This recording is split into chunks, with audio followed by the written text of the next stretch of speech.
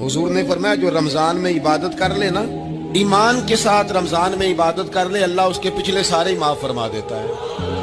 अब वो नई जिंदगी का आगाज करे।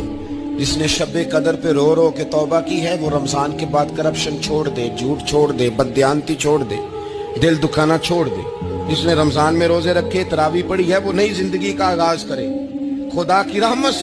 আচ্ছা, আপনার কি মনে পড়ে সে স্মরণীয় দিনটির কথা, যেদিন প্রথম আপনি আপনার ভুলগুলো বুঝতে পেরেছিলেন, জীবনের সঠিক অর্থ কি তা জেনেছিলেন? মনে পড়ে কি সে দিনটির কথা, যেদিন আল্লাহ আপনাকে প্রথম হেদায়েত প্রাপ্ত করেছিলেন? ঠিক যেন এক নবজাতকের মতো সম্পূর্ণ নতুন আমিকে পেয়েছিলেন। মনে আছে ইসলামের সামান্য বিষয়গুলোও ছিল আপনার অজানা, আর তা জানতে করেছিলেন আপনি আপ্রাণ চেষ্টা। আপনার সালাতের অভ্যাস ছিল না, তাই আপনি ফজরের জন্য অ্যালার্ম সেট করে ঘুমাতেন। সবকিছু ছেড়ে দিয়ে কেবলমাত্র রবের ইবাদতের জন্য জেগে উঠতেন।